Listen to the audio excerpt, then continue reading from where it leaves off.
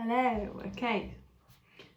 Next chapter, I think we're on chapter 6. Yeah, so remember, Chaya had stolen back the box with the jewels in, or the box that she thought had the jewels in from Noir, got it home, unpacked it and found pebbles instead of the precious jewels, okay, and a small note from Noir saying nice try.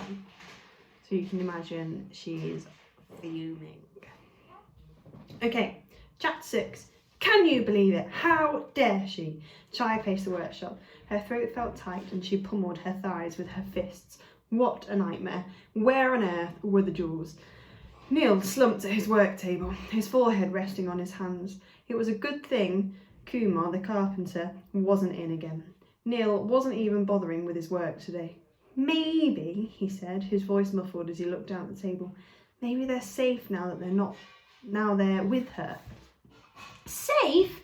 Maybe the jewels are safe? But what about the people? It's so awful, Neil.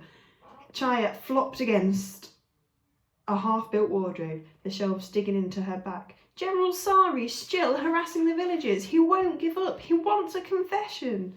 Neil figured the note. I don't understand why she's taking them. Her father is Kasim, the merchant. They're rich, aren't they? How did she find out how to open it in one night? Chaya said, stalking around the workshop. How did she even work out there was a secret compartment? Ridiculous. She can't be that clever. Thinks she can outwit us? No way. Neil shook his head. It doesn't matter. She must have guessed something was up from the way we were acting. And she did say the box felt heavy. The question is, what do we do now? We've got to... Chaya's mouth dropped open as she saw a slim figure dressed in red walking through the paddy fields towards them.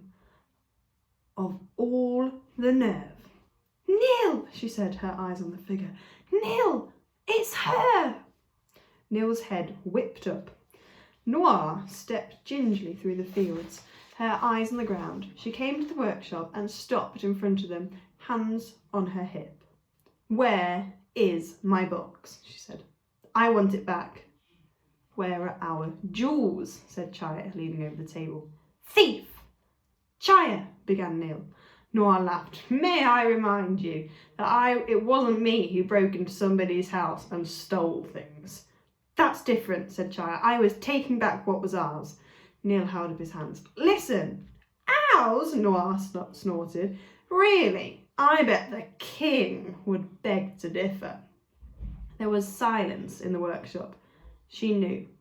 Noir knew everything. So she's figured out who had stolen the jewels from the king. Miss Noir, Neil stood up. Please, it's not how you think. We need the jewels because of what General Sari's doing to the villagers. We have to give them back to save our people. That's not the only reason, snapped Chaya. We also want them because they're ours, not hers. She glared at Noir before turning back to Neil. And stop calling her Miss. She's not better than you in any way. Chaya, be quiet. I'm sure we can discuss this calm. She should have just stayed out of it, said Chaya, jabbing her finger at Noir. The girl had put them all in danger with her silliness. Poking her noses into other people's business, taking what's not hers. Hey, Noir threw up her hands. I bought the box. Well, the price didn't include the jewels, said Chaya, so you can't have. Who said I wanted them? Noir looked scornfully. I only wanted the box, not the Queen's jewels. I'm not a thief. She took a drawstring bag out of her pocket and flung it on the table, which is more than I can say for the pair of you. Chaya stared at the little bag. Neil snatched it up and pulled it open. The sound of jewels clinking together made Chaya's heart soar. Thank you so much, Miss Noir. Thank you for understanding, said Neil. Neil, she's not doing us a favour. The jewels aren't hers to give away. Of course I'm doing you a favour, said Noir. I mean, I could tell my father, if you like. Oh no, Miss Noir, please don't do that, said Neil. I'll make sure you get your box. Actually, he went up to the shelves and moved some trinkets to the front. Please choose any one you want, or 2, or 3, whatever. Noir stepped around the work table to the shelves. Chaya marched after her. Wait a minute. Neil, what's this about 2 or 3? Neil closed his eyes. Chaya, I'm begging you, but then you'll have to pay your master with your wages, he pays you so little. Noir ignored them and rummaged on the shelves. Stop it, Neil hissed Chaya. We've got the jewels. Don't ruin it now. Someone cleared their throat behind them. Chaya turned around to see 2 men had walked into the workshop. They were dressed in identical guard uniforms, and they stamped their shoes on the core rugs, looking around with interest. Behind them, some more people followed through the fields, and in the distance, beyond the paddy fields, Chaya could see a group of riders on horseback. The group listed under her feet as a wave of dizziness swept through her. It was the king's men. We're just searching the area, said one of the guards who'd come in, nodding respectfully at Chaya and Noir. If you 2 will wait outside. Hey, said the other to Neil. You boy, what's you hid on the shelf there? Nothing, said Chaya. He works here. His master's Kumar, the carpenter. He's away. You should come back another time. Some of the rest of the group approached the workshop. Get General Sari, said the man who shouted at Neil. Something's going on here. There was a sudden rush of movement. Chaya swung around. 4 men surrounded Neil, and one was rummaging around the shelves. Noir stepped forward and tried to say something, but froze as the man swept his spear back and forth among the wooden knickknacks, knocking things over and sending things crashing onto the floor.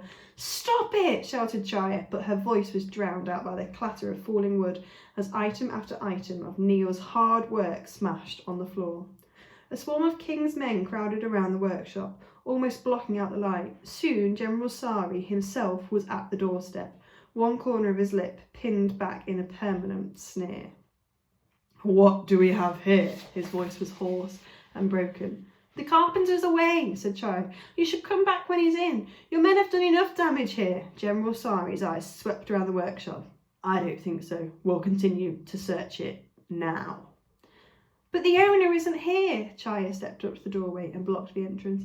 I insist that you come back another time. General Sari laughed indulgently. Whoever you are, miss, out of my way now. General Sari, a voice behind Chaya. Sir, the boy hid something as we came in. We found it. Chaya turned to see the man. Let me read that again. General Sari, said a voice behind Chaya. Sir, the boy hid something as we came in. We found it. Chaya turned to see the man holding out Noir's drawstring bag. General Sari took it in his dirty hands, cracked hands, and fear slashed deep in Chaya's heart. So, someone has announced that they were rummaging and hiding something as the guards came in, and they have handed the bag over to General Sari. Now we know what's in that bag, and we know it's going to be bad if General Sari finds it's the jewels. We'll read a bit of chapter 7 because we've got time. Chapter 7. Let him go! It wasn't him, said Chaya as the guard seized Neil. Someone shoved her against the wall as the men pushed past, dragging Neil through the doorway. Well, well, General Sari slapped Neil on the back of his head. So we find you at last. Trust me, boy. It's over for you. The king's men crowded around them and Chaya lost sight of Neil. She scrambled up halfway on the wall and jumped over, following a glimpse of the pastel blue shirt as he was taken away in a surge of men. Wait, she screamed. It wasn't him. Wait. A guard grabbed her and pulled him away. Stay out of this, miss. Chaya struggled against him, her hair catching in her copper buttons. Let me go! Chaya hit out at the guard. She heard the crack of bone on bone and saw blood pool on his lip, leaving her knuckles stinging. She slipped out of the grasp and ran towards the front, fighting her way through the throng of men. It wasn't him! It was me! Me! Chaya's screams burned her throat, but no one took any notice. She saw 2 men at the front haul Neil into a cart. Bodies hit against her, buffeting her from side to side, and her ears rang with the whining of horses and crunch of cartwheels. Something scraped against her arm, leaving a slash of blood. She thrust her way to the front, where the purple waistcoat of General Sari flashed golden at the seams, sitting high on his horse. Chaya threw herself in front of him, blocking the way. The horses reared up and General Sari gaped down at her. "What the? Get out of the way before you get killed, idiot." "It was me," yelled Chaya. "I stole the jewels. It wasn't Neil." General Sari looked confusedly at his deputy next to him. The man shook his head. "It's Headman Sareth's daughter. She's friends with the boy. Her father lets her mix with all sorts." He spat on the ground. "Get out," said General Sari to Chaya. A guard pulled her off the path, grabbing her by the neckline of her dress and cloth cutting into her neck. "No, wait!" The word stuck in her throat. Her palms slammed into the gravel as she pushed her way to the pushed her by the wayside, and the sounds rolled past. "Please!" she screamed again. "He didn't do it! It was me!" She scrambled up and dusted her sandy, bloody hands, but by then the whole convoy was disappearing into the distance. And at that, we're going to finish. So remember, Auntie had said that they didn't believe the guard that thought it was a girl. Okay? And now even when she's confessed, they've got nil and they don't think it's Chaya. But obviously now her best friend's life is in danger because of what she's done. And because Noir kind of messed it up, so she's not going to be best pleased with Noir. Okay? And we'll carry on with this tomorrow. Miss you lots.